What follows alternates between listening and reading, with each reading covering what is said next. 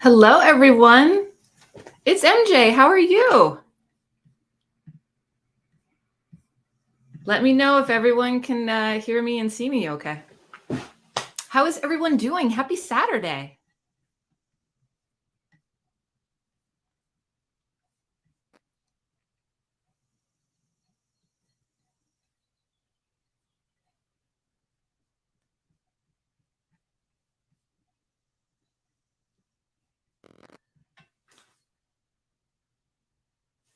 Let me know if you can hear me okay. I had some tech issues this morning. Good morning. Can hear and see you. Thank you so much. Okay, happy Saturday. Welcome to another BookTube support group. We're doing this kind of frequently on Saturdays when time allows.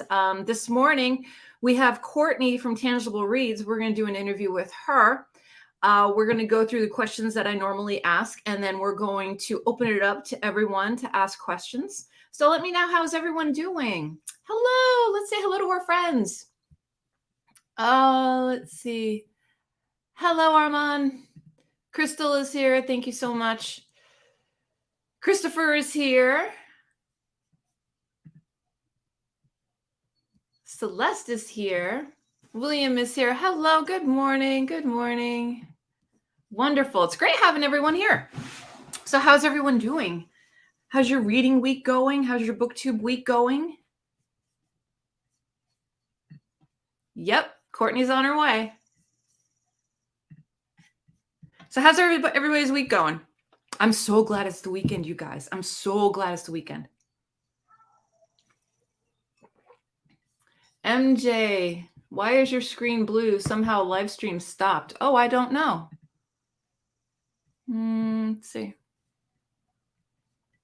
Is that better? I'm playing around with different settings, so.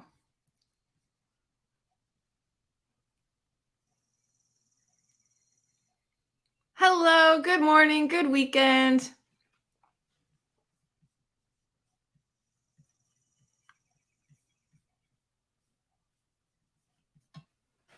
All right, I hope there's no technical issues. No technical issues today. All right, so yeah. So what's everybody reading? I've got the Agatha in April going on, so I'm tackling my first Agatha Christie, and I'm really enjoying it so far. I'm about 60 pages in. Hope to crush that later today. How about everyone else?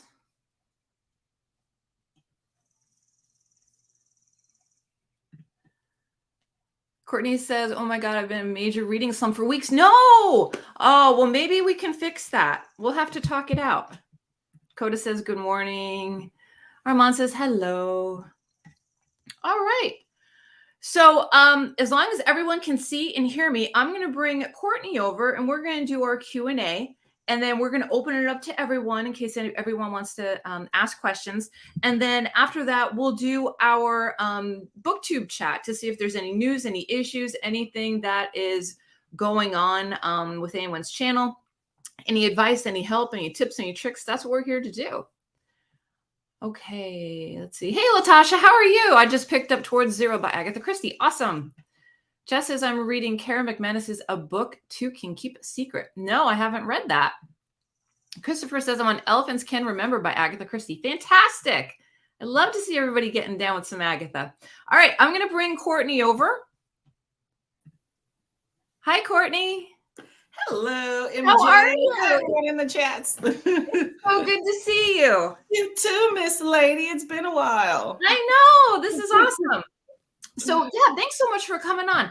I think we get a lot of positive feedback when we do these interviews from people that may have questions about BookTube, want to know about other BookTubers' experience, and I think these are really beneficial. So I love polling my friends to see if anybody wants to come on and do the little Q&A. So thanks so much for doing this. Thank you. Thank you for inviting me. Yeah, absolutely. So let's start from the beginning. So tell us the background of your channel. How did it come about? Well, let's see. So I've been on BookTube for about a year now, and I've always read. And I'm always struggling to find someone that I can, discuss my books with, because, it's only so much the husband wants to hear. And I was just surfing YouTube one day, and I was like, what is this book community? How have I not known about this? And that was my brainstorm. Da, da, da, da, about it. And I was like, okay, it's nice to have a community of people that are like-minded, get some good recommendations, because I was just pulling out of a hat, cherry picking for a while. And, it's been a nice time. Yeah. Awesome. So your channel's been on for over a year. So tell us about like a vision. Did you have a vision for your channel when you first started dreaming it up? Okay, in reality, probably like a bunch of other booktubers, I thought I would go out, put on some content, and people would just flock, be like, hey, Courtney, let's discuss all these books you're talking about. Mm-hmm. And that did not happen. It was like, does anybody know I exist? And that persisted for quite a while. But that was my vision that, I was in La La Land, and it didn't happen that way. I realized that I needed to kind of, reach out to people and engage other people.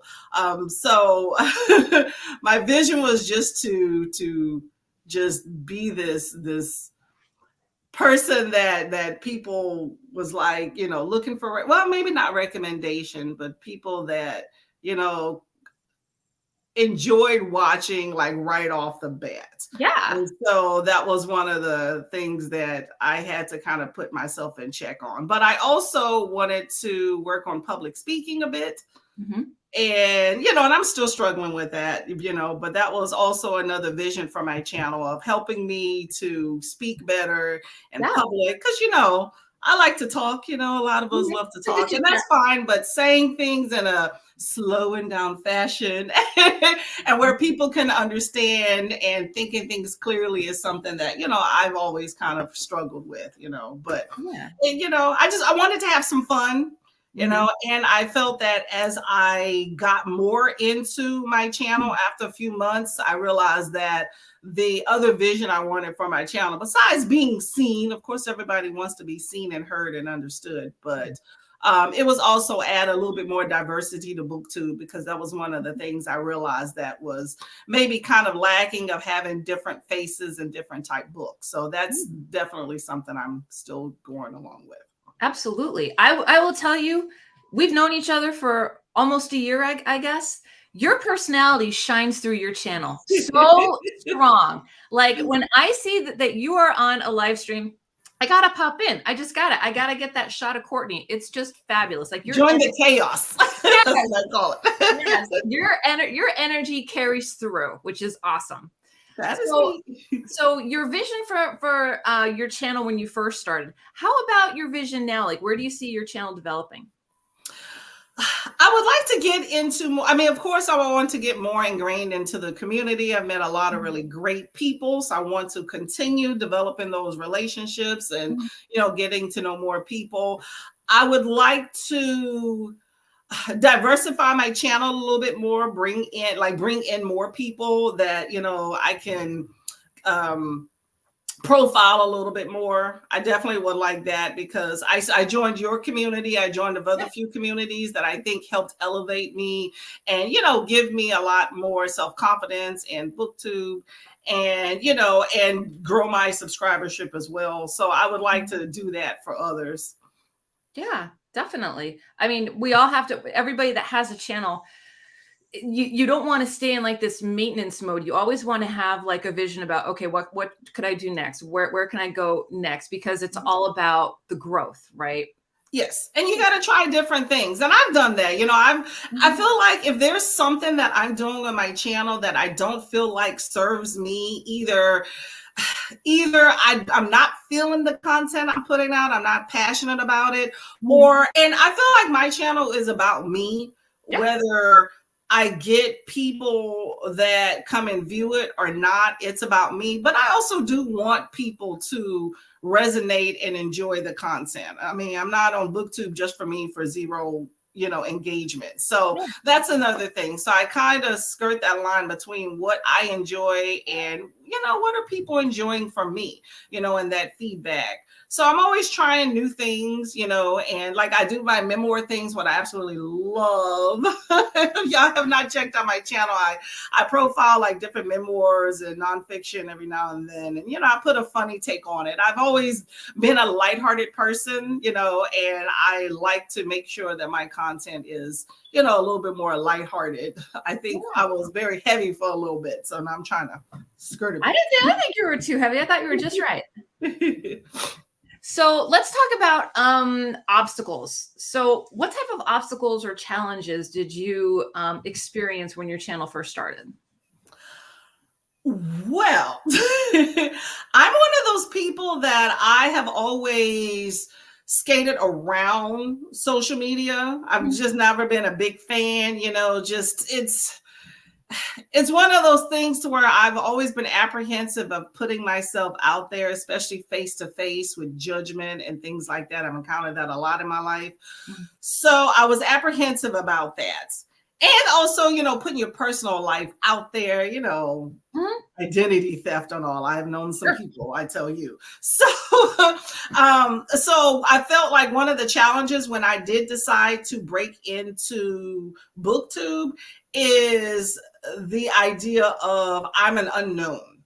And I'm putting videos, and that's part of putting out videos, but it's who's going to watch them? How do I draw an audience? How do I connect with people out there? Because it's about putting out videos, but I also want to connect with people, just put out a video, but that doesn't really, is anybody watching it? Am I getting feedback, Right. And so I felt like that was one of my biggest challenges of being seen and being heard and being understood.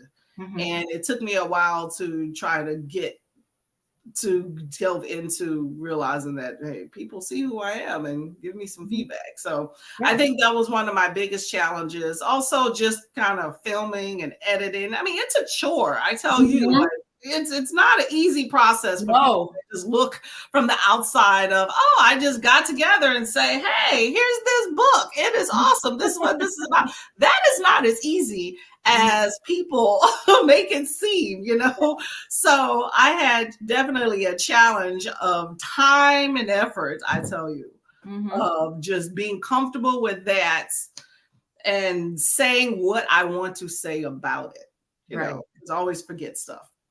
Absolutely. Yeah. I think when people first undergo starting a channel, the amount of time that goes into not just the filming, but it's the whole thumbnail thing and the editing and the description and all that, like time adds up, and there really is, like, when you experience it a few times, you start, getting used to it, but it's a planning thing too, especially, you work, I work, we try and fit this hobby into our lives as best as we can. And, sometimes, I miss a day for a video. Sometimes I'll batch film. It just depends as to, how comfortable you are, how you feel that day. There's a lot that goes into it. But I think when people watch these replays, they're like, wow, I just click and watch the video. Sometimes they don't understand exactly like what goes into planning a video. It's almost like a job sometimes, like I'll tell my husband, hey, I'm filming, and he already knows about another hour or so. It is a lot of a chore. Editing software definitely helps. I enjoy good editing software. I commend people in the community that can just, hey, this is blah, blah, blah, blah, blah, blah, blah, click upload. Like, yeah, that is not me. I mean, sometimes, I will say for the most part, I edit a lot, but every once in a while I have that day where I'm just rocking and I'm putting it out there and I'm like, you know what? That's pretty good. No editing. Even a short sometimes takes me a while. Yeah.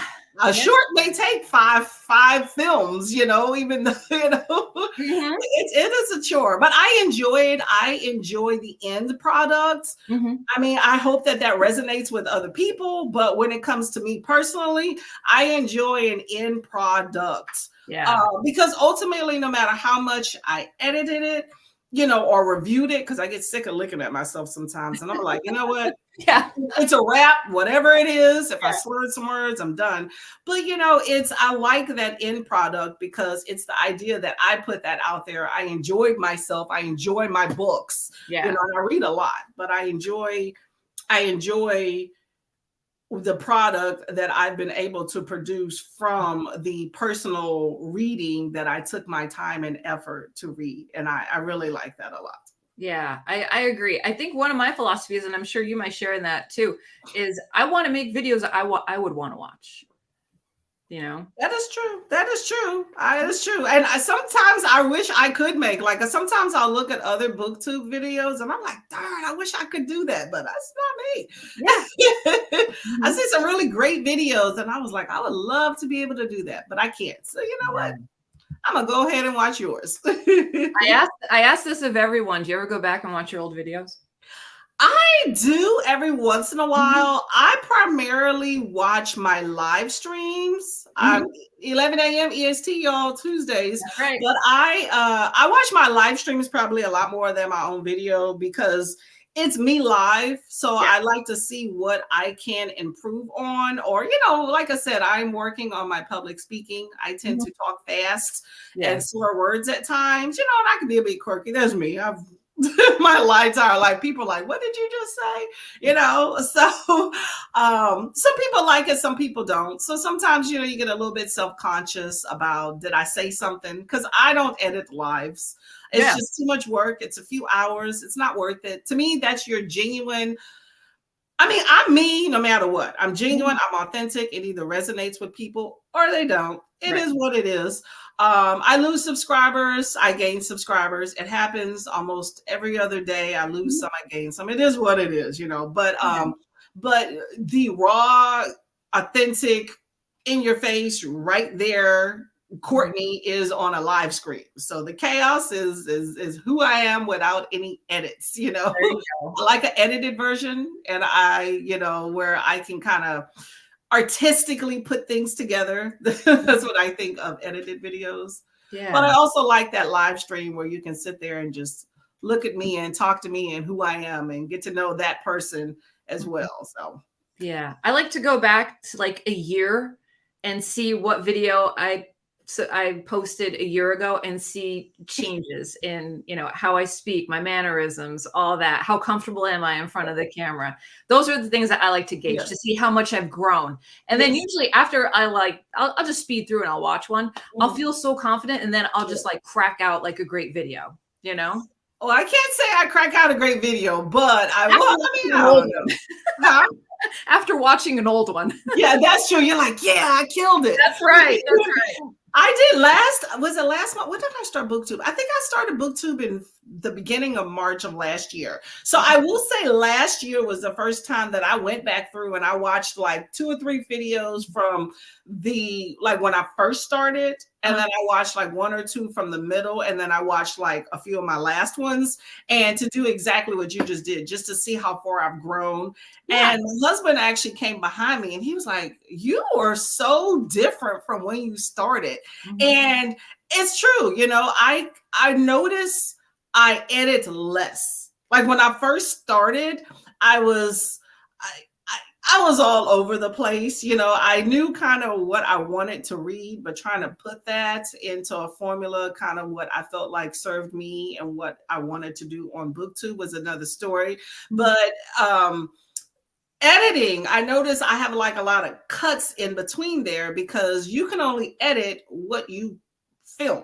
And I'm not a big fan of going back and refilming stuff. Yeah, right. Yeah, exactly. And it took me forever back in the day. Now I do a little bit better. I do like a little, I won't say it's a full script, but I do little talking points. Okay. And I feel like that helps me a whole lot more when I'm editing, so it's not taking all day. Because, you know, your girl had a lot more time. When I started my BookTube, I was on a like a little mini vacation at home, so I had a lot of time. I don't have that time anymore. So no. Time management skills is huge. Exactly. But but I'm also a lot more comfortable in front of the camera, and I film a little bit different in different places and stuff. So I just think I've grown. So I definitely see what you're talking about. Yeah. I can't wait for your outdoor lives to come up again when you do your I know.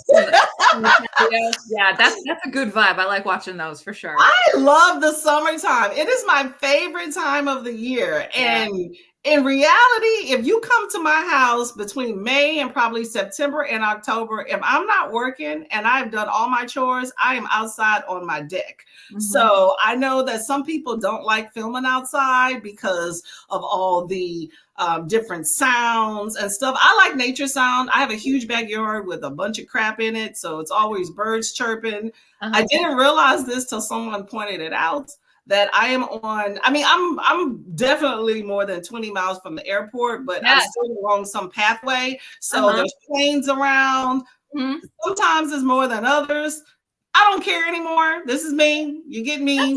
You're getting some planes. I love being outside. So deck day sprint. Ooh, I'm hitting this table. Deck day sprints are coming soon. Nice.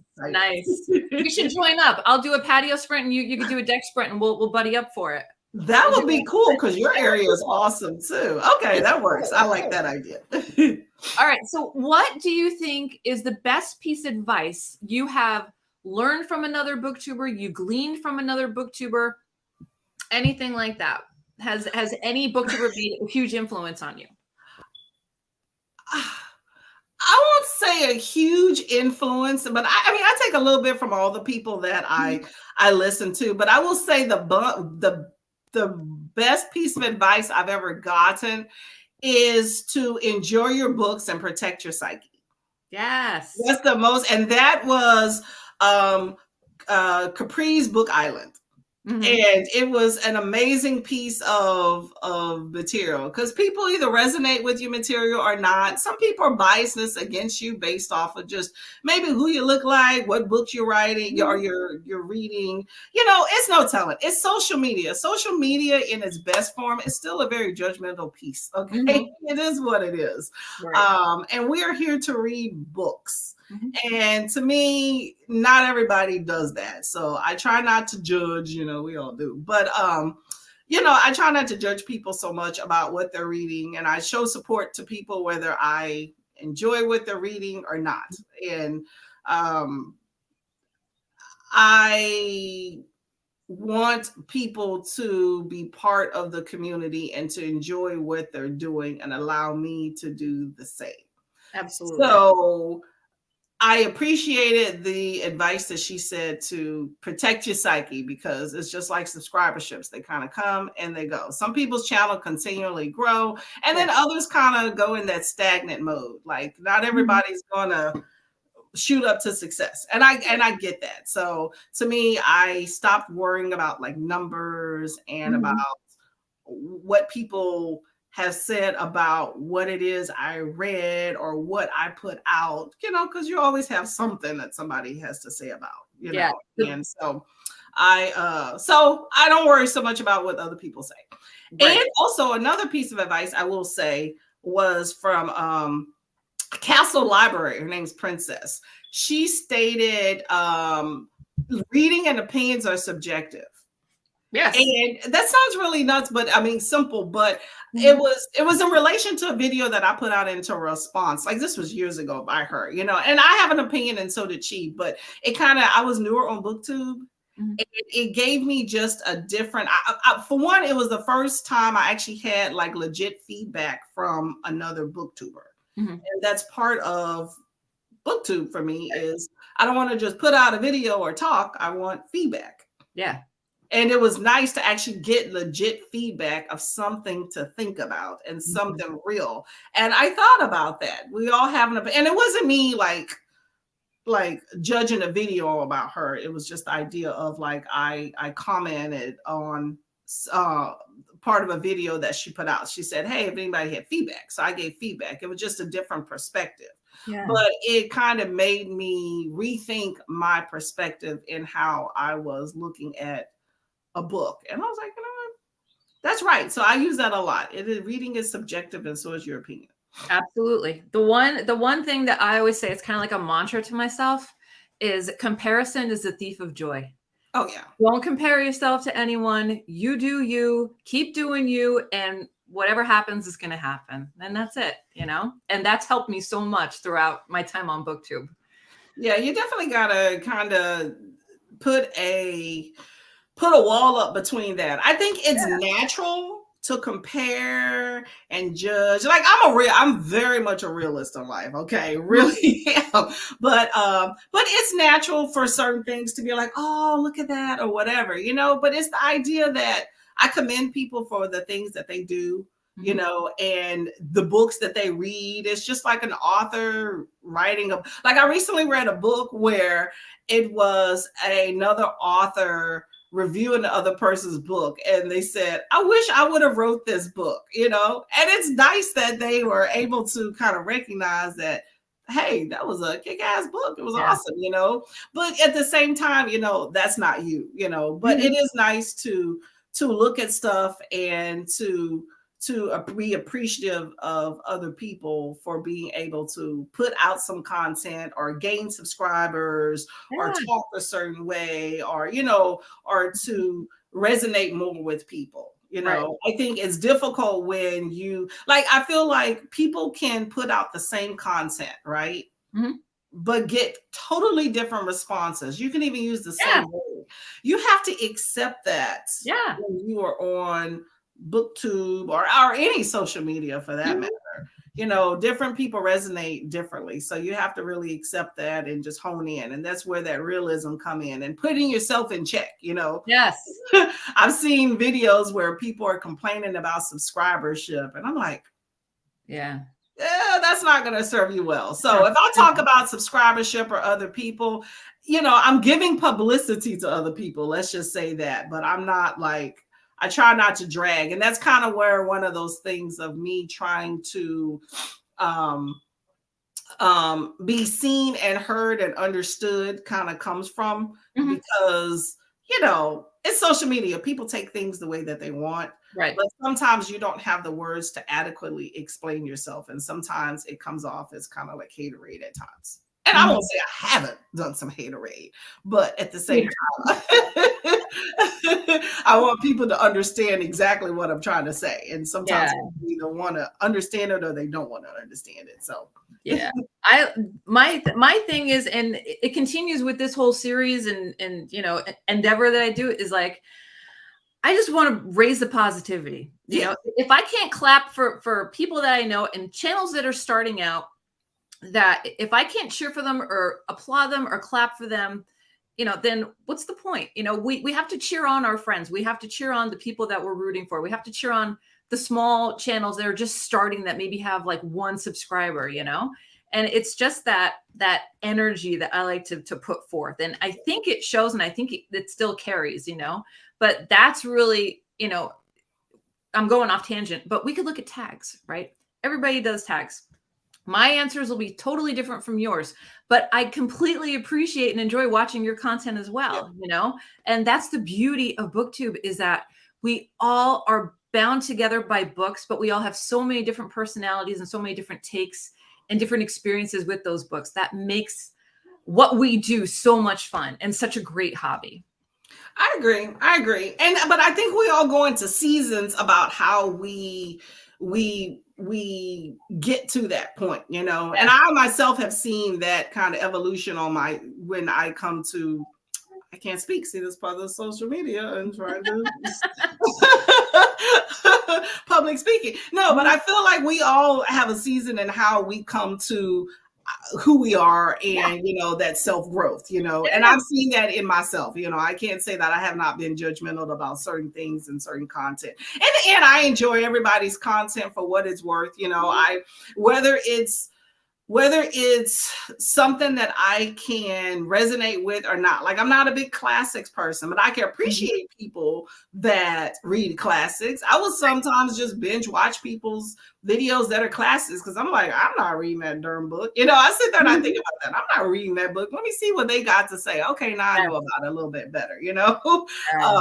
But, you know, I mean, it's to each his own when it comes to that. But we have to learn about how to do that. And sometimes it's not as easy, you know, because we bring into BookTube our past experiences, and some of us might not have had really great ones. Like, I myself have known about being judged my entire life, and that was one of the things about being online, you know, of being judged, because I've seen people, I've heard people, I've been that person myself. I mean, continue to. I mean, we even books.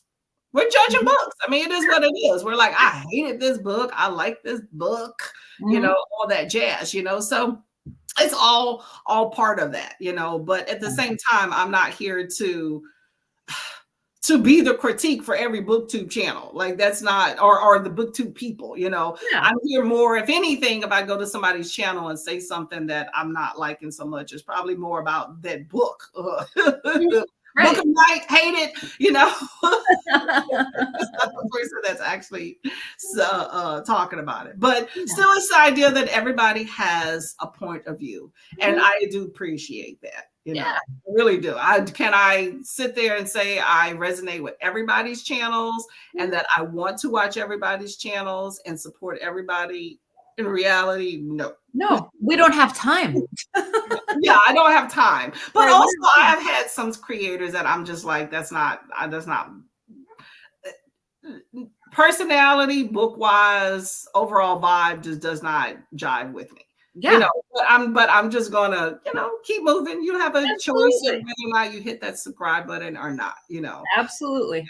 But I think the BookTube community, of all the communities that you look at on BookTube, I think it's probably one of the most positive and inclusive ones that I have seen. And I do appreciate that. I mean, we're talking about books, you know, a small snippet of our society that is that ingrained that's going to read 10 books a month or however many books you read a month, you know. So you're going to go against that person or that community, that, you know, maybe you shouldn't be a part of it. So, yeah. And book people are the best people, bottom line.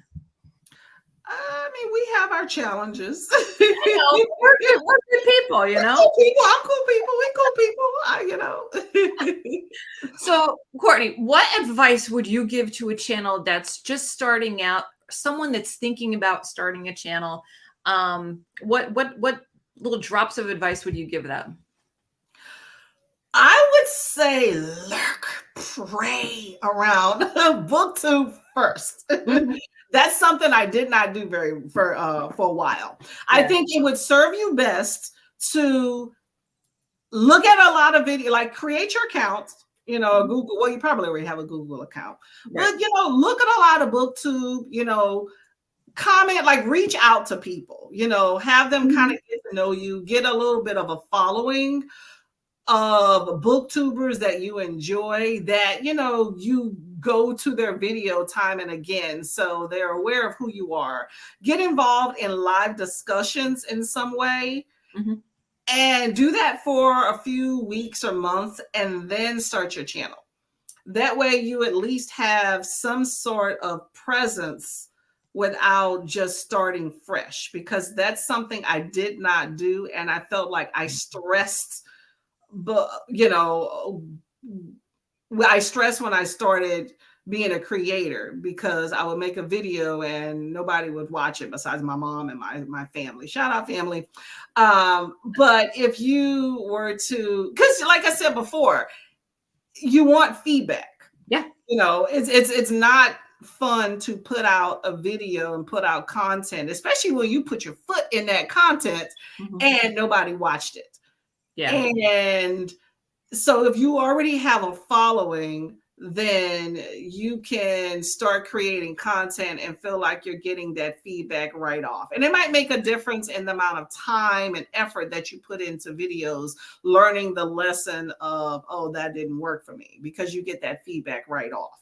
Yeah. Like I've known some people that have put out 20 videos and have like 200 or 300 subscribers already. Mm-hmm. And I'm like, wow, that's amazing, you know? Yeah. And then I know, and some of them are people that like that I have been in communication with, and then bam, they've now, hey, I dropped my channel. You want to go watch it? I'm like, heck yeah, I'm going to go watch it. Mm-hmm. You know? And so I think that makes a difference, because I put out a lot of videos for like two or three people to watch it. Yeah. And it's like, darn, I did a good job, or I thought, or if somebody would have told me, I wouldn't have done that, you know? Mm-hmm. I think that makes a big difference. But also to keep in mind, like your Support Small BookTube, I think does a big thing of letting folks know the realness of it. Yeah. Hey, this takes a bit of time. Mm-hmm. You know, it may take some money, may not, whatever. You know, hey, editing is probably, you know, something that may or may not serve you, and it may cost, you know, learning those little things up front, I think, may serve someone new well. Definitely. And a person that didn't know some of those things up front, I think it definitely can serve them. Definitely. How did it feel when you got your first subscriber? Do you remember?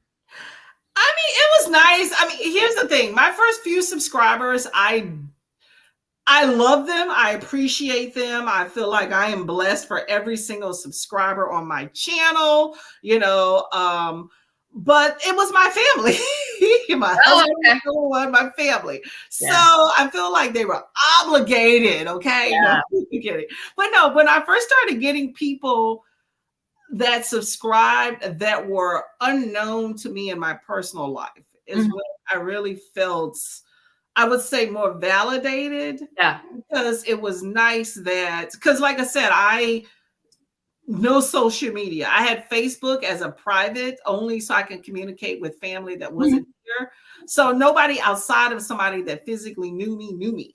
Yeah. So for somebody to come over to little tangible reads, so like, oh, look at me. But it really felt good. And so, but it really felt bad for a while to me when I would have people unsubscribe too. Especially when you're low numbers, even 2 or 3 people unsubscribe and really just bites. You take it personal, but that's part of the advice I got of read your books and protect your psyche. Don't worry about other people. That's where that comes in handy. And so now it serves me, because I mean, I'm at what, 5'11" or something or whatever. It's still small in the grand scheme, but I still have people subscribe and unsubscribe all the time. Yeah. You know? So it, you know, I look at it, but I don't get offended by it. I just kind of move on, you know, and you just gotta, you know, get that into your head. Some channels continually grow and may not experience that, but you know, other channels continually have that. And I'm one of those channels that continually have subscribe and unsubscribe. You know, I get 3 and I lose 1 or 2. It is weird, you know? Everybody has that, and it could be just preference. It could be bots. Yeah, I was thinking that. Yeah, it could be bots. People closing down their YouTube account. Like, there's so many variables in it, and it comes with the hobby, you know. It does. It does. That's why you got to just don't worry about it so much. No. Look at the numbers, but you know, don't let that define you. That's one of those things I learned a while back. Absolutely. And we all know half of the people that view our content aren't subscribed anyways. That is true. That is true. Or most of the people, like, look at your numbers. You're at what, like 1,900, right? Something like that. It's like, do you get 1,900? Or no, 1,000. Hold up, 1,000? No, 100. Yeah, off my head. But anyway, do you get that many comments? No. So think about that, of the amount of people that are actually watching and commenting on a video isn't all that too. So if you have a smaller number of subscribers, then you get probably even less comments and views. So you got to kind of play that numbers game in your head. It's a psychological thing. Just you don't let it bug you. Even people with 20, 40,000 subscribers still don't get 20, 40,000 views and stuff like that. But I do think that your head space is different when you're at a higher subscriber count. Yeah. But at the same time, I have a job. I mean, I would love people to go to my channel, like, subscribe, comment, y'all. But you know, I'm not making money off of social media by any means, and probably never will. It's a hobby. I want it to be a lucrative hobby for my time and effort. And lucrative to me means feedback and enjoyment and engagement with the people that I connect with.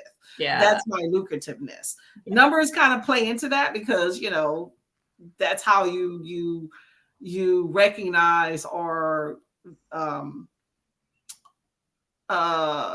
the term I'm looking for? That's how you determine, you know, the people that are coming towards it, but it's not everything. So just for smaller channels, just don't get hung up on that. I do find a lot, because I speak to a lot more smaller channels than bigger channels. And I do feel that they tend to speak more about the numbers and get hung up on that. So I try to, you know, try to offer that advice of, don't worry about that so much. It'll come or it won't come, you know. Either way, enjoy your books. Let's talk about it. That's it. That's it. So I know we talked about community a little bit earlier, but give us again, you know, your feel for the community aspect of BookTube and what that means to you. I think it's just engagement and talking to people. Like, I feel like you join this community because you enjoy books. You enjoy books in whatever form you read your book in: audio, picture books, graphics, regular books, whatever, you know, read the label of the milk carton. It's still reading, you know, but, you know, it's about engagement about that. And I like that. I feel like reaching out to people, supporting folks, you know, because I think that putting out a video is one thing, but going to people's channels and watching theirs is another part of BookTube. And I think some people don't do that. And I think that you can't expect good feedback if you're not, like, you can't expect feedback on your content if you're not providing feedback on others. So I think that people in this community need to just, you know, engage with other people, be available. Some people have more time than others, and I completely get that. But at the same time, you still need to kind of put yourself out there a little bit more than just, I put out a video. And as well as, you know, like you said, put out content that you would like to see. So, you know, make sure you're watching out those videos before you actually, like, hit that upload button to make sure it's the content that you want to put out, you know, because I have seen some errors in my video. I'm like, how did I not catch that? But I think engagement will serve people well in being able to enjoy being part of this community. It's a very good community. Like I said before, of a lot of other communities out here in the world on YouTube, I think it's one of the most benign communities out there. Not to say it doesn't have its problems. I think that it's a great community to get to know people from all different facets of life in a very safe environment. And this is my opinion, by the way, disclaimer, this is my opinion. Everybody can have their own. But I think it's a great place for, you know, diversity if you're looking for it. Not everybody looks for it, and that's fine. If it's not something that people are looking for, just don't poo-poo on those that represent that other facet, okay? But you know, if you're somebody that, you know, hey, you know, I've never met Black people. Hey, let me see. Okay, well, there's some channels out there if you look for them that, you know, feature Black people, you know, be friends, be nice, you know. You know, same thing with like Asians and trans, you know, just any sort of other, you know, there's just a lot of populations that I think can help people. I feel like when we're reading, we're expanding our minds. We're part of a community that seeks that, you know, whether it's one book or whether you read 300 in the year, you know, you're expanding your minds in one way or another. So I think that when you are communicating with different type of people, that is adding to that expansion of your mind. And I think that's a beautiful thing, because not everybody chooses to do that. I know people that wallow in what they know and don't care to know anything else. And when you try to tell them, they continue to shut down. Yeah. I like about this community is that, at least on the surface, people tend not to do that. You know, and so I think that's really great. Absolutely. But I do enjoy the community. I enjoy it a lot. Just get involved, people. That's my main thing. I think getting involved is definitely the way where it's at. If your channel is not growing, this is my opinion, you might not be engaged with the community enough. And that's fine. It's not all about, like I said, it's not all about numbers, but you know, you're putting out content, you want some feedback. If you're not getting that feedback, you might not be engaged as much with people. So I don't know. I know the other day I had insomnia, and I think it was like 4 o'clock or something. I talked about this on my sprints, and I surfed BookTube for like 3 hours. I looked at so many videos.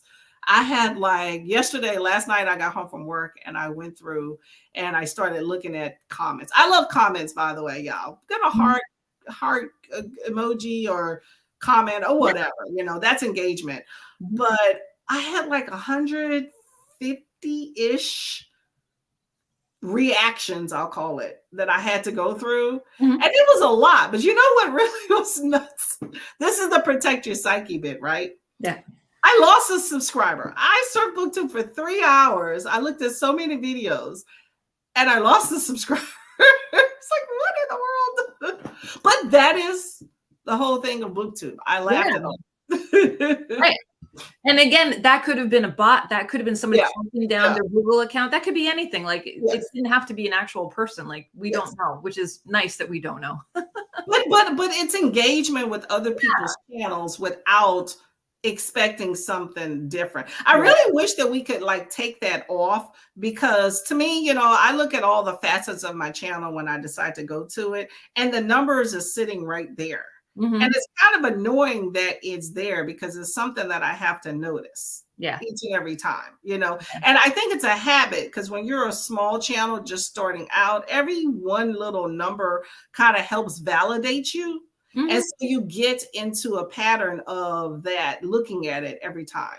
And so when I got into the whole thing of, you know what, I'm not worried about the numbers, whatever. Once I started getting people engaging in my channel and actually commenting, I looked more at what those comments are, so I can, because that to me is the engagement part that I enjoy.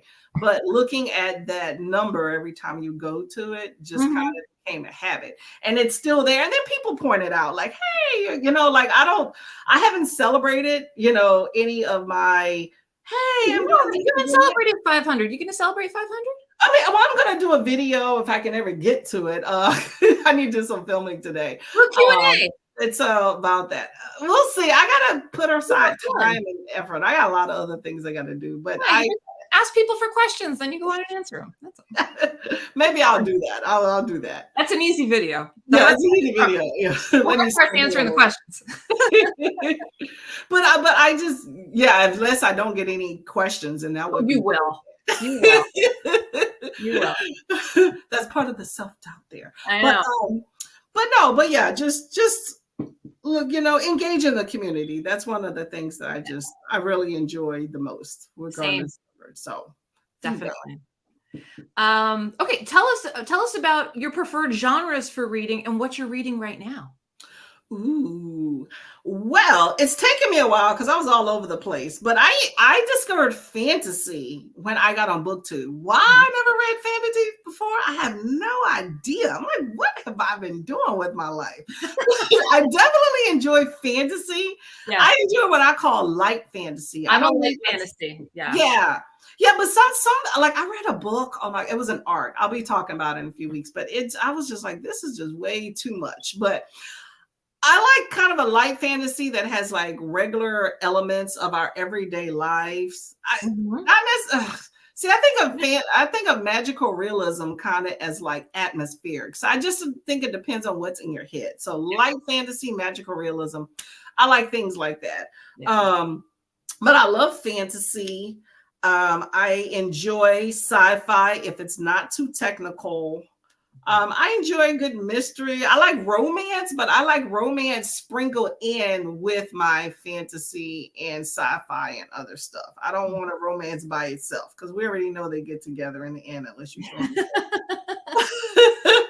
I like things with a unique perspective.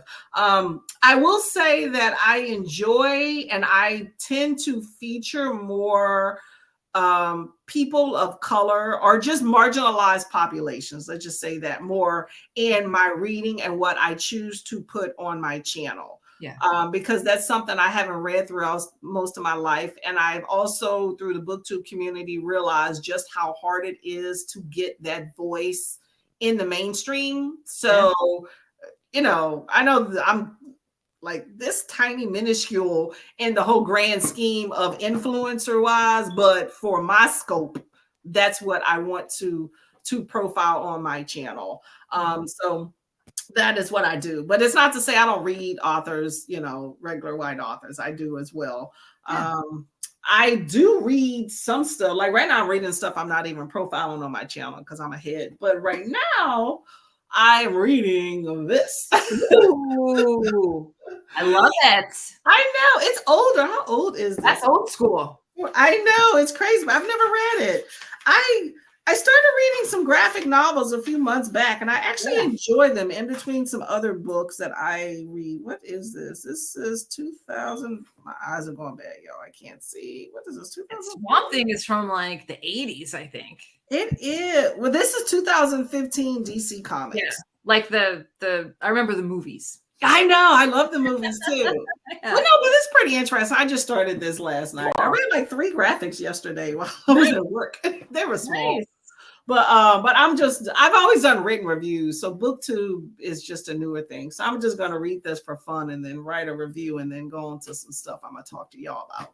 Love it. But yeah, I like fantasy. I like horror, although I haven't read much. I plan to read more horror next month. Isn't that horror month in May? Something like that. You know, I'm waiting like a prom date for an announcement video to come out for Horror Mayhem. I might just do a Horror Mayhem myself, but I'm waiting. Usually the Bookish Bryants do that one, and I haven't heard anything yet. And I'm like, come on, people, I gotta get my books in line. I know. Is that a specific YouTube channel? What I'm trying to say, readathon? Because somebody told me about that, but I have not seen a YouTuber say, hey, this is my readathon. I just heard May is horror month. Yeah, Horror Mayhem, I think the first year it was last year, and that was created by the Bookish Bryants, and then they had a whole bunch of co-hosts. And each week was themed. Each week had a different theme that you would, you know, choose your books to match up with. And it was fantastic. And then, you know, all of a sudden, here comes March, here comes April, and I'm like, wait, are we doing Horror Mayhem this year? I haven't heard anything. So waiting like a prom date on an announcement video. But hopefully it will, because I'm looking forward to reading more horror. That's for sure. We don't want to soil that prom dress. Come on, y'all. If you're I know. Put it out. Put it out. Got to put it on BookTube bulletin board. Yes. I know I wrote it on there because I heard it was, but it's still blank because I didn't know any details. So yeah, no, they haven't said anything. So maybe I'll like reach out and be like, hey, is this going on? Because there's a bunch of us that want to read horror in May. There's so many good readathons in May. When I was putting together the BookTube bulletin board spreadsheet thing, I was writing it on there. I was like, hold up, I'm gonna do this. So I'm gonna have to double, triple, quadruple some slots, but I still need to get that together. Yeah. And there's a lot of stuff. And there's new ones that are popping up all the time. Like there was a new announcement just the other day for something. I don't even remember what it was, but I saved it and I'm like, oh, gotta add that to the list. It is hard to pinpoint. TBRs are a lot of work. That's something I participate in readathons every now and then, but I don't do it every month. It's like something has to really resonate with me before I because it's a lot of work and I have to there's certain content I want to read. And so I'm trying to figure out how to piecemeal what I want to read with a readathon, and sometimes it doesn't match up. But if I participate in a readathon, then I'm going to be like, okay, what else can I add? What's another readathon I can add to make this all match together? You know, it's showing support for the readathons. I really enjoy that in the community. That's something I didn't really know about when I first started. Of, hey, we're bonding together and reading, you know, books around this. And then, you know, I like a good buddy read every now and then. Getting together with other people reading too. So yeah, fun community, fun times, y'all. I know. And then the crazy thing that happens is that the Agatha and April that I came up with came out of one of these. We were all just chit-chatting about what people were reading, and I think it was Jim from Jim's Bookish, from Jim's books reading and stuff. He said, "I'm reading Agatha Christie." I said, "I've never read an Agatha Christie in my life," and I said, "Maybe I should." I said, maybe I should do it in April. Maybe I should pick a weekend. And here all these other people are like, I've never read Agatha. And I'm like, here we go. We're creating our own thing and we're just going with it. And that's there you go. There you go. You know? And that's what I love about it is like, if you have an idea and you want to do something, just do it. Just do it. You know, there's no rules. That is true. I created a readathon last December. It was called Holiday Havocathon of like, you know, crazy book, you know, non-traditional books around the holidays. And that came about at my sprints. I was speaking with, I'm so blessed. I have such amazing people that attend my sprints on Tuesday, 11 a.m. EST. Always got to plug that. But I have, you know, I have a core group of people that tend to come each and every time. And then there's people that kind of pop in and out, which I appreciate everybody that attends in one fashion or another. But we were getting together and talking about a readathon. Now, it started as smutty books. Okay. I wasn't on board with that, but I was on board with some of it. But, you know, and it, all of a sudden it just materialized into a little readathon. I mean, it was a small one in the grand scheme, but I still had a lot of fun with it. So you never know until you put it out into the universe of what comes back to you. Right. And all good. Hopefully all good. Yes. So let's talk about things that you want to promote. So absolutely, Courtney, you are like, you know, appointment sprint viewing for sure. For sure. So tell everybody when you're available for sprinting. Okay, so I'm available. Tuesdays is my day because of all the day. I'm in healthcare, so my schedule is all over the place. But Tuesday is the one day I know I do not work. So I do Tuesday sprints at 11 a.m. EST. That's for USA people. Every Tuesday. It takes a lot for me not to be there. Okay. I'm a consistent gal here. I may be late, but I'm going to be there. Right. So 11 a.m. Starting next month, whenever the weather starts getting nicer, we're going to do it outside. And generally we're talking and reading for about 3 to 4 hours is the time frame. I also do on Thursdays, I do sprints with friends at 5:30 p.m. EST. Right now it's like 3 of us. I am going to start. I want to think of a name, y'all. So if y'all think of a name for me, just, you know, go to my channel and put it in the little comments there because I'm not gonna remember it now. And but we are potentially looking for like a rotating guest host thing. That's what we've been discussing. So, but it's myself and at Nell Diamond and Sister Harlem's Library. Great folks. Yes. And so that's my 2 dedicated sprint days. Thursday, sometimes I got to work, so I may rotate that another time or another day, or either it'll be on Nell Diamond's channel. I have videos that I'm trying to be consistent on having come out on Saturday as a dedicated video Saturday mornings. And then I may put out like maybe another day during the week. And then I do, you know, tags every now and then, you know, but I try not to upload all the time because it just gets kind of old for me. But Saturdays, definitely you will get a video from me on Saturday morning. Awesome. All right. Around. All right. I don't want to ignore anybody in the chats now because they have had some conversations while we were talking. So I'm not going to scroll back because there's just so many. If anybody has a question for Courtney or about BookTube in general, ask it now. But I'll scroll back and see if there's anything that we might have missed. I saw somebody said they read Peter Jelly Clark, Ring Shout.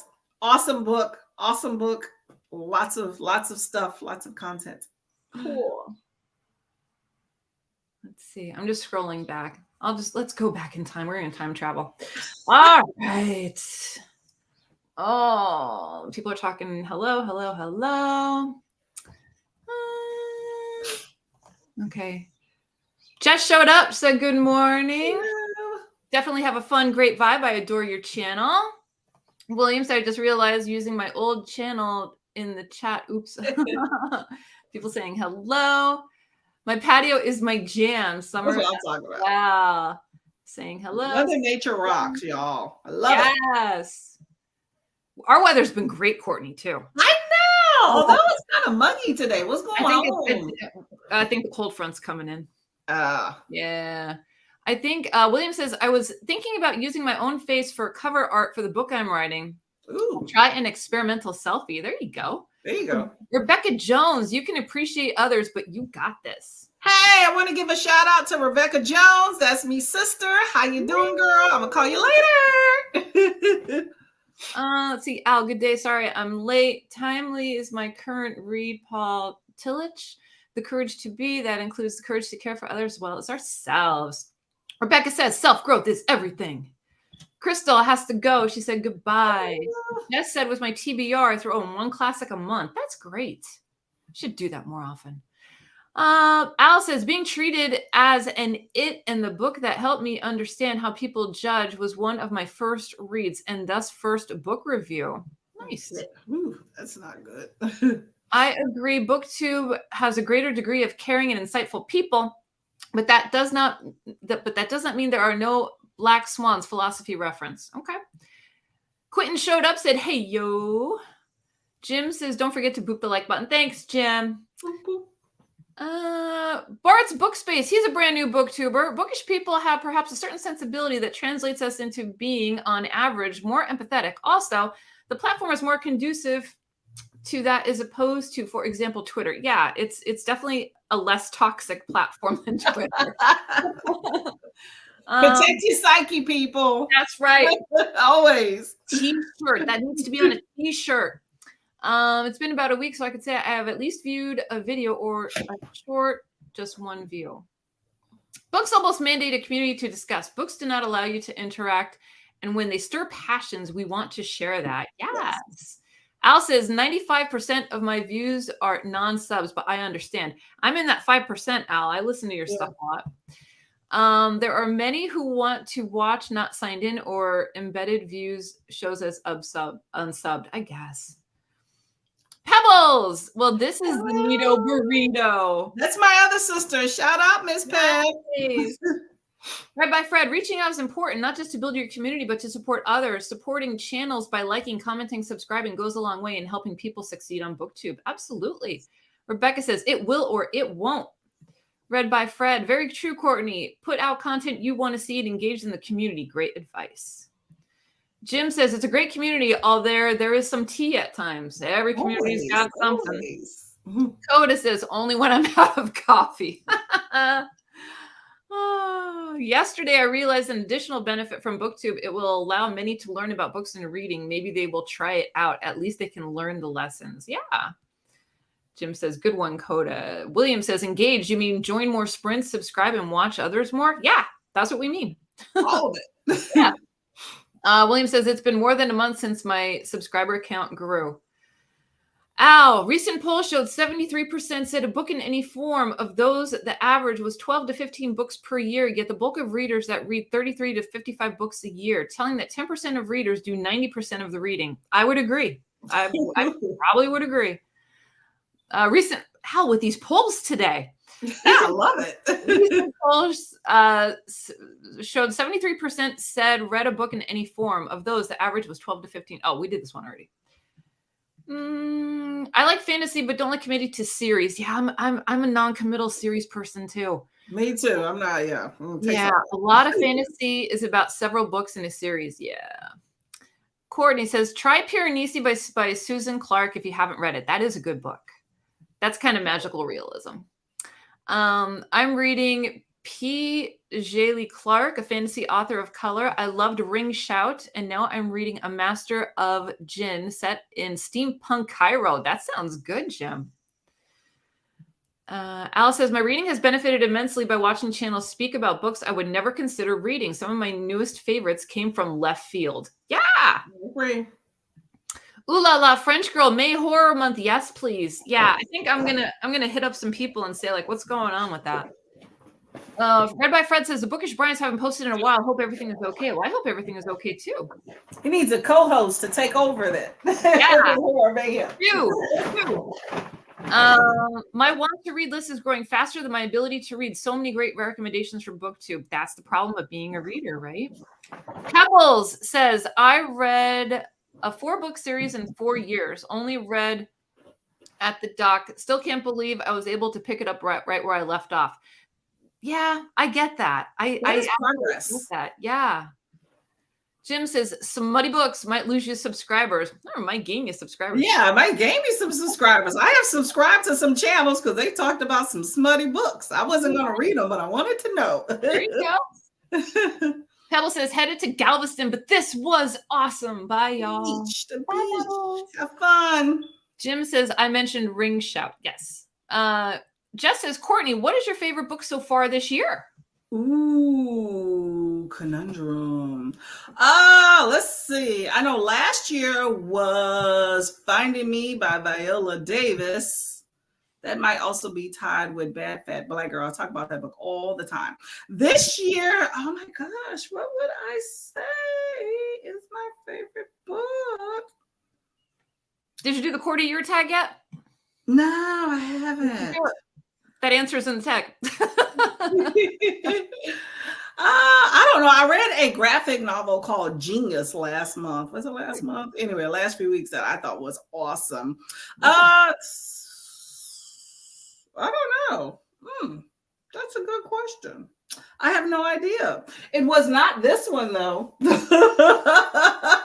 the fifth season. The fifth season. I wanted to. I thought it'd be amazing. It was good, but not what I thought it would be. So I don't know. I did enjoy Clay's arc by Octavia Butler, though. That one was a really good one.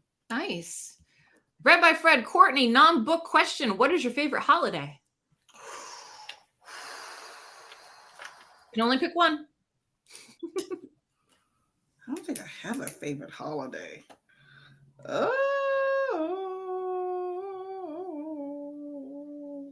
gonna say I like summer. I don't have a favorite holiday. All the holidays in summer.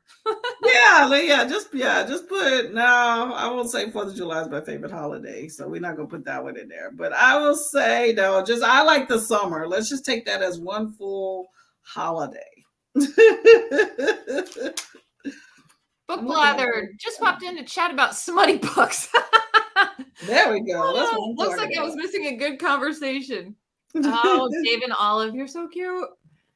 Jess says, I love Viola Davis and How to Get Away with Murder. That was a great show. Anthony says, summer's my favorite holiday too. Anthony, you always have the best answers. Coda says, I count summer as a holiday. I'm right there with you, Courtney. That's it. New holiday. It's summer, baby.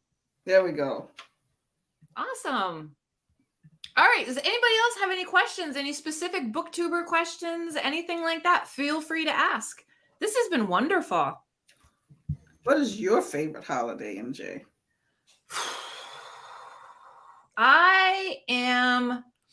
It's kind of a toss-up. I do love Halloween, but I think I love Christmas even more because I'm a winter girl. So I like the I don't know. I like the vibe Christmas gives you. Nice holiday vibes. I think I like that. Yeah, Halloween's awesome. I like Halloween if I can do stuff. Historically, I have not done stuff. So that's where I guess my enjoyment is probably lacking. Mm-hmm. I like watching, we used to have a lot of kids in the neighborhood to dish out candy to, and it all kind of went by the wayside over the last couple of years. But man, the costumes that some of them would come up with, it was just awesome. Just awesome. I love it. Some of these kids or parents, I will say, go all out and do a really great job. Yeah.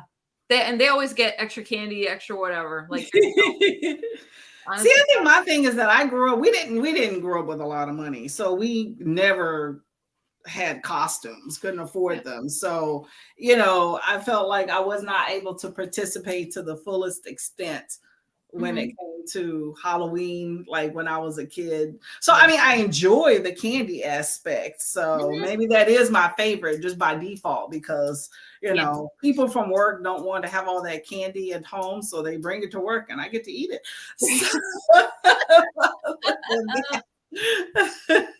Al has a question. Let's see. Al, here's a question. A review centered on why you love the book, how it changed your perspective on life or others, why some people learn a language for a book or author, but never say why they love. So a review centered on why you love the book. Is that what you're saying, Al? Review centered on how it changed your perspective on life. I'm thinking of why some people learn a language for a book or author, but never say why they love it. Learn a language. I've never learned a language for a book. I did attempt when I was way younger. I attempted to teach myself sign language during the summer. I learned how to spell my name and then I lost interest. Can I just tell you? This is a true story. There is an account on TikTok and he is deaf and he does American Sign Language and he tells you all of the nasty ways to sign. Like he will tell you where to go, how to do it, and it's awesome. He'll teach it to you. It's slow and then it's live action. It's fantastic. It's fantastic. That's what people do when they learn another language. You go to the dirty words, at least for me. Maybe I'm just special, but you go to the dirty words first, So he is right on cue with He did one last week, and I didn't take time to learn it, but it's not today, Satan. And I need to get going with that. But you're talking about a review center. I don't know if he was asking us this question or not, but you're talking about how it changed your perspective on life or others. There is a book for me. Actually, there's two books. There's a book called Bad Fat Black Girl that I talk about it all the time. I just think because it was so unique, but it is called Bad Fat Black Girl, Notes from a Trap Feminist. It's by, she was a entertainment reporter for like hip hop, Cecily Bowen. And it's an awesome, awesome book, right? But it talks about how beauty standards in life are set by cis. That's another term I learned. Cis, like CIS, like you're basically identified with the gender you're born in. So it's set by cis white men, right? And I thought that was pretty interesting because, they kind of rule the world, or at least the US, right? But she talks about how being a Black female and being she talks about, what does she call herself? Kind of like a box, because she's a big girl and she has like an odd shape. She calls herself bad built. Really kind of harsh on herself. Yeah. But she's also a realist, which I appreciate, somebody that just tells you like it is without trying to sugarcoat and make things palatable to other people. But she talks about like beauty standards and how she doesn't fit the mold, and about how women tend to tear other women down, but we should be our biggest allies, and about how like we tend to judge other women. It was just such an amazing book. Like, she's crass, she cusses a lot, not necessarily my taste. I didn't recognize a lot of the hip hop references because I'm not a huge hip hop person, but it was just a really good book about talking about the biasnesses that we have in society as a whole, but also against other people and female against female, and what drives that. And it so changed my opinion about how I view people when I'm starting to feel like I'm going to judge them. And that's from a few different perspectives, but I really did enjoy that book, which is why I talk about it so much, because it forced me to check myself. And I continue to reference that because sometimes we need that reality check that too many times people don't want to give themselves. They want to call themselves an ally, but don't really know what that means. Right. And so that was an amazing book. And, but it's not one for everybody. If you can get past kind of the exterior and some of the crassness of some of the language used, you can benefit, especially as females, from it. Unfortunately, I don't think a lot of people can get past that, but awesome book. And then another book that I read that I won't necessarily, it changed my opinion, but it kind of validated some stuff. And I talk about it a lot, especially with like a lot of white people that I come across, because I tend to go into like with work and stuff. I'm in a lot of circles where it's probably a lot more white people than blacks. And it's called White Fragility. And I featured this in November for Nonfiction November. And it is a book talking about racism by a white lady. And I've never seen that perspective of racism legitimately spoken about from a white person before. And it validated every single thing I've ever felt about how I felt about how white people view racism. No, hold on. Well, hold on. What I'm trying to say. It validated what I thought about racism, but about how I think that how white people contribute to it.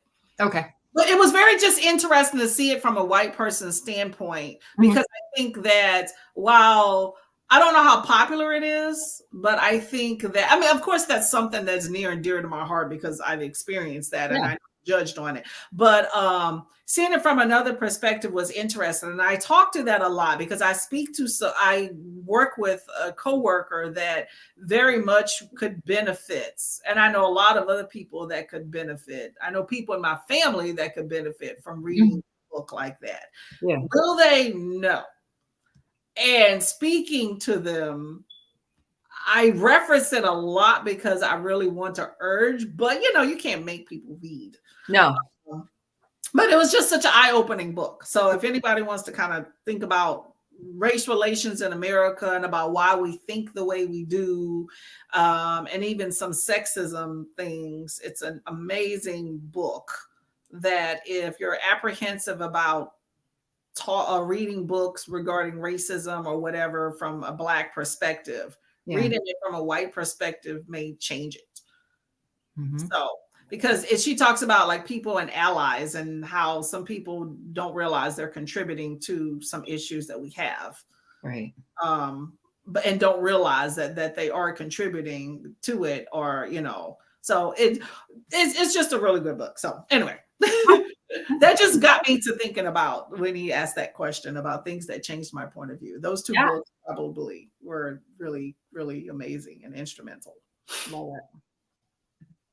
Let's see. Jim's books, reading and stuff. What are your thoughts on if you're over editing Ronald Dahl and other dead authors after sensitivity readers have suggested changes? What are your thoughts on that, Courtney? Okay, I don't know Ronald or Rold. I'm assuming it's Ronald Dahl. But I think the world as a whole is way too darn sensitive. I know everybody wants to have their point of view, and I get it. We want representation. I'm all for it. I hate that people fight against representation, because having one person or two people in the masses doesn't threaten your sensibilities, but some people feel threatened when you walk into the room by your mere presence. I get that. I've experienced that. But I don't believe in editing something that's already been put out there. I'm hoping I'm answering that without exactly knowing what you're talking about. But people need to let things go and open up a conversation and listen to the conversation and learn from it, instead of trying to overpower it to fit the narrative they want. Yeah. And I also think on that subject that the industry, the publishing industry, sees dollar signs, and that's why, that's why it continues. It's probably with the whole banning of the books and all that stuff. But it's interesting, though, that the publishing industry is so sensitive to stuff, but they have only benefited from people talking about these books controversially. It's same thing with like even look at the amount of books by minorities that have been published.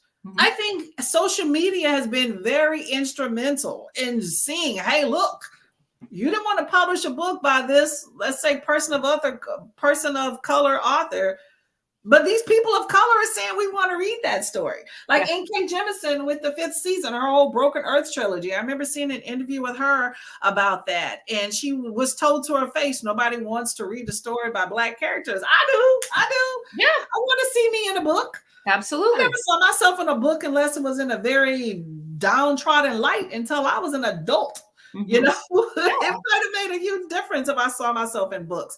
It might make a huge difference if queer people saw themselves in books. If you don't like it, then don't pick it up. But people are trying to censor folks, and I think all you're going to get is backlash. But anyway, Al says, "Is this an underserved area in BookTube?"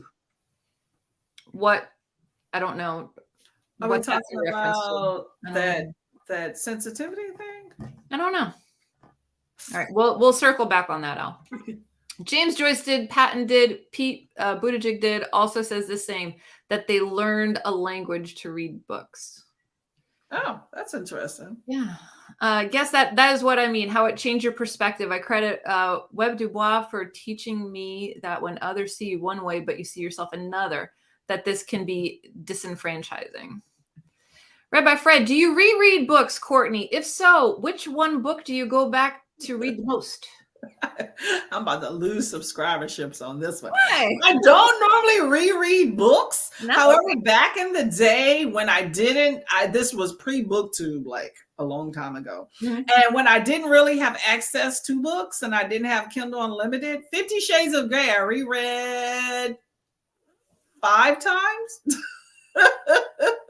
It is what it is. You're not going to lose any subscribers. I enjoyed it. I mean, I own up to it. Like the first book I read 5 times. The others I read like the other 2 in the series I read like 3 times. But I thoroughly enjoyed it. Like the book or the movie, trashy, but not my favorite. But I did enjoy the books for what they are. So absolutely, the first one was amazing though.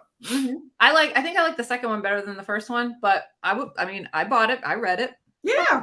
I spent my dollars. I didn't even have Kindle Unlimited. I spent my dollars. That's $10 each. That's $30. That's a lot for my cheap till. I'm on a budget, y'all. I stay in New Jersey. I got to save some dollars. I'm going to the library today. That was before, so that meant a lot. And you know what? It's crazy. Like I was in grad school, right? And like when you're in grad school, you have 0 time to read anything because you're just focused on doing whatever you gotta do. And then as soon as grad school ended, I'm like, God, now I get to read what I want to read. And I wasn't too sure what to like go back to. Twilight. I binged that whole series. That Twilight is what brought me back to books back in 2008. Honest to God, right hand up to God. And I loved every single book. Loved it. Al says, Dubois mentioned his distress that who got involved and ruined the movement that was 100 years ago. I don't know who you're talking about, Al. Times change, things remain the same. Yes.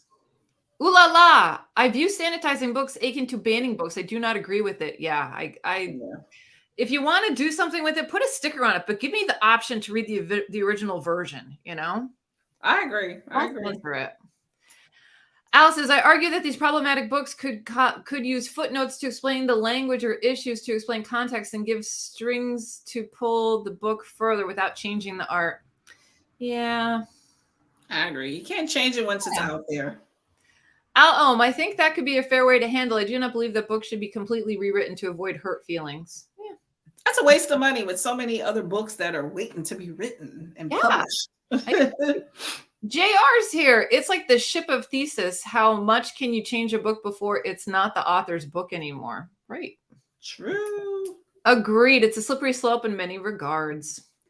I just looked up White Fragility and added it to the TBR. Thanks. It was good. And it's a short book too. Christopher, do you have to reread it 50 times to see all the shades? Christopher, No, you just let us 49. I was bored. I was in school at the time. I needed some mindless smut and it fit the bill. That's why I love trash so much. You don't have to find a hidden meaning. You don't have to look for, alliteration or anything like that.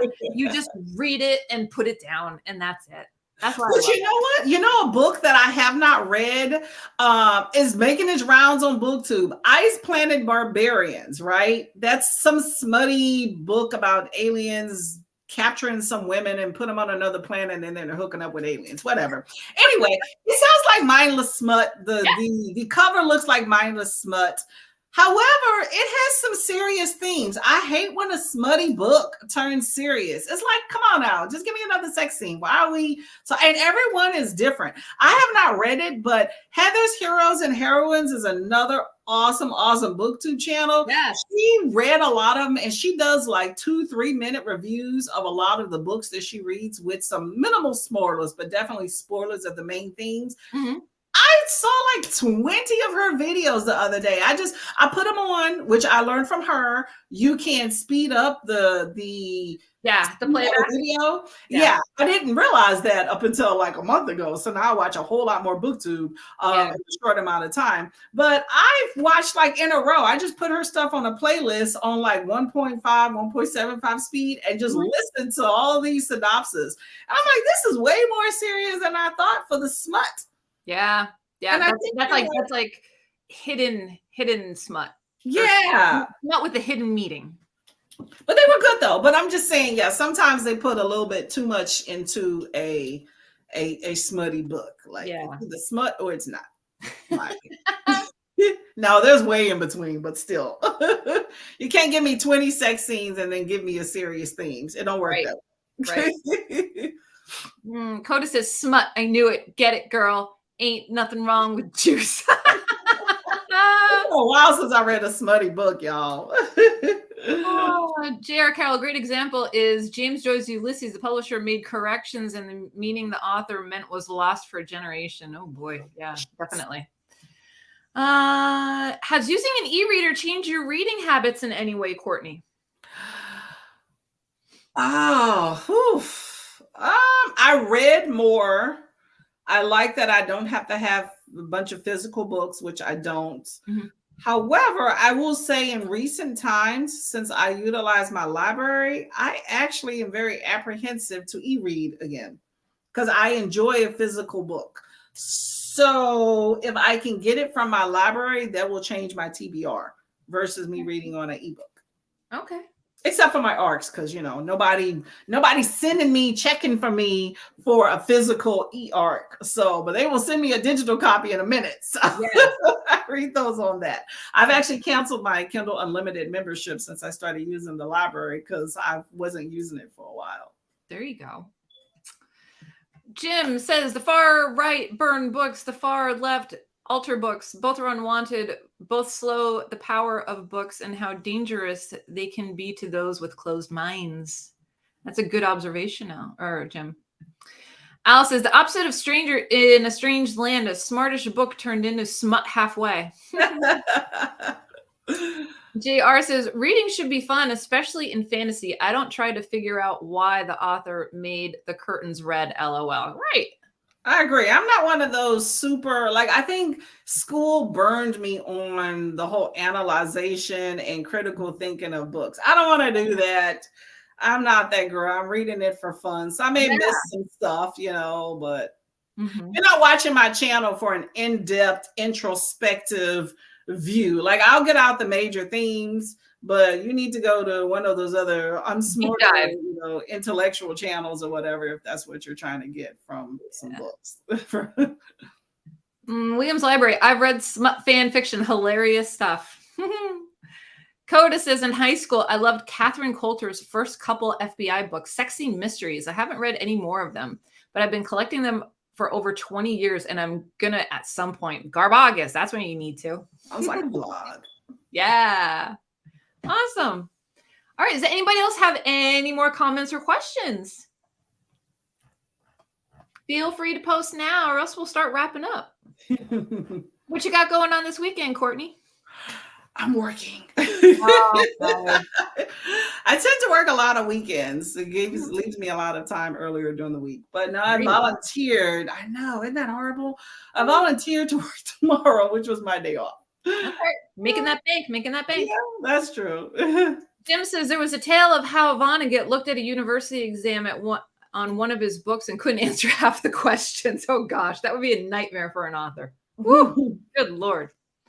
All right, well, I guess we'll wrap it up. We've been chit-chatting for an hour and a half. This has been fantastic. Awesome. I appreciate you having me on. It has been fun. Thanks so much for coming on. Oh, Jim says it's Easter weekend in Georgia, the country. Well, happy Easter if you are celebrating. Wonderful. All right. Well, I guess we're going to sign off. Thank you, everyone, for watching. Thanks for everyone that's going to be watching on the replay. Feel free to leave comments down below. Make sure that you subscribe to Courtney's channel, Tangible Reads. Make sure that you check out her reading sprints, reading and productivity. They are a heck of a lot of fun. Take it from me. And let's see, we got some final comments here. Dave said, have a great weekend. You too. Christopher says, many thanks. Can't wait to check out your graphic novel, Rex. Al says, have an awesome weekend. Jim says, thanks for the entertainment. You're quite welcome. We hope people got value out of these conversations, and we hope, there's some useful information too. Bye, everyone. Off to read some Agatha. Me too. All right, everyone. Thank you so much for tuning in. Make sure you're taking care of yourself so you can take care of others. We will see you in our next videos. All right, everyone. Thanks for coming. Bye. Bye-bye.